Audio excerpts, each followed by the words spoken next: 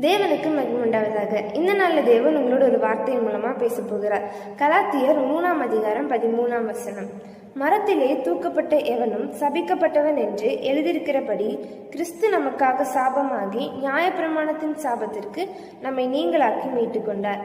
இன்னைக்கு தேவன் இந்த வார்த்தையின் மூலமா அவங்க கூட என்ன பேச போகிறார் அப்படின்னா, உங்க வாழ்க்கையில் இருக்கிற சாபத்தை அவர் ஆசீர்வாதமாக மாற்றுவேன் அப்படிங்கிறாரு. இன்னைக்கு நிறைய பேர் ஒரு சாபமான வாழ்க்கையை வாழ்ந்து கொண்டு இருக்கிறீங்களா? இந்த சாபத்தினாலே என் வாழ்க்கை என்ன ஆகுமோ அப்படின்னு பயந்து கலங்கி கொண்டு இருக்கிறீங்களா? ஆனா தேவன் எனக்கு இந்த வார்த்தையின் மூலமா சொல்லுகிறாரு, உங்க மேல இருக்கிற சாபத்தை எல்லாம் அவர் கல்வாரி சிலுவையில் உங்களுக்காக சுமந்து தீர்த்தேன் அப்படிங்கிறாரு. சாபம் அப்படிங்கிறது ஒரு மனிதனுடைய வாழ்க்கையில எதனால வருது அப்படின்னா, அவர்களுடைய முன்னோர்கள் செய்த பாவத்தினால தலைமுறையா அந்த சாபம் தொடர்ந்து வருகிறது. ஆனா அதை குறித்து நீங்க பயப்படாதீங்க, கலங்காதீங்க. தேவன் இந்த வார்த்தையின் மூலமா சொல்லுகிறாரு, உங்க மேல இருக்கிற சாபத்தை அவர் சிலுவையில சுமந்து தீர்த்தேன் அப்படிங்கிறாரு.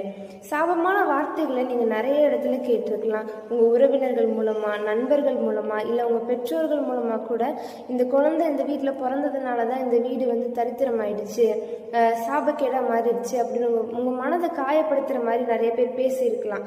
ஆனா தேவன் இன்னைக்கு சொல்லுகிறாரு, அப்படி சாபமான வார்த்தைகள் எல்லாம் உங்க வாழ்க்கையிலிருந்து அவர் ஆசீர்வாதமாக மாற்றி பல பேருக்கு உங்களை உயர்த்தி அவர் நன்மை செய்ய வல்லவராக இருக்கிறாரு.